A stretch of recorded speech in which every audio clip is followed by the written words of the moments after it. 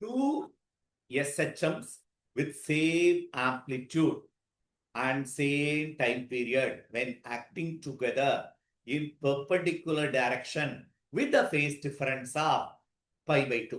அப்போ ரெண்டு ஆசிலேஷன் ரெண்டு பெர்பெண்டிகுலரா இருக்கு. ஆனா ரெண்டுக்கு என்ன இருக்கான்? phase difference of pi by 2. இது எப்படி நம்ம அண்டர்ஸ்டாண்ட் பண்ணலாம்?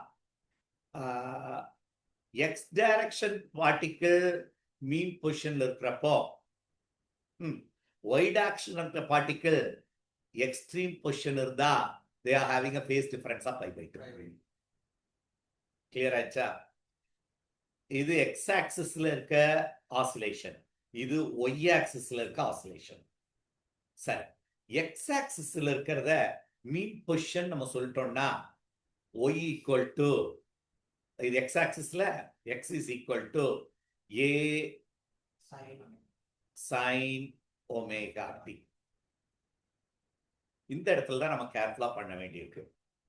இது y axis டிஸ்பிளேஸ்மெண்ட்.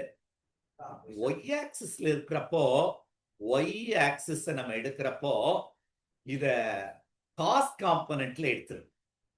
அப்ப என்ன வரும்? a cos omega t. ஏன்? இது எக்ஸ்ட்ரீம் பொசிஷன்ல இருக்கு, a cos omega t. என்னது? y axisல இருக்கு. இப்போ x and y ரிலேட் பண்ண போறோம். So x squared plus y squared போடு. x squared plus y squared will be equal to a squared காமனா வெளியே எடுத்தேன்னா sin squared omega t plus cos squared omega t will become what? The answer become a squared is equal to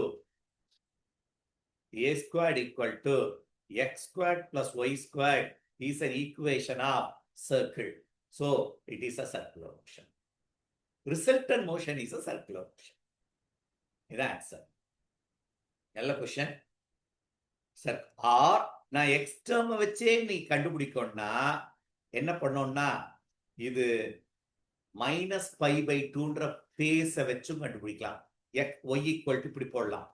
Y is equal to A sine omega t minus pi by two போட்டும் இதே மெத்தட்ல solve பண்ணா இது என்ன ஆயிரும்?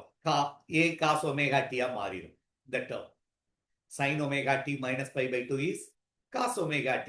இந்த டேர்மை கொண்டாந்து ஃபர்தரா ப்ரொசீட் பண்ணலாம். அதை விட காஸ் ஃபங்க்ஷன்லயே நம்ம எடுத்துட்டா இட்ஸ் ஈஸி. இது answer. It's a circular motion.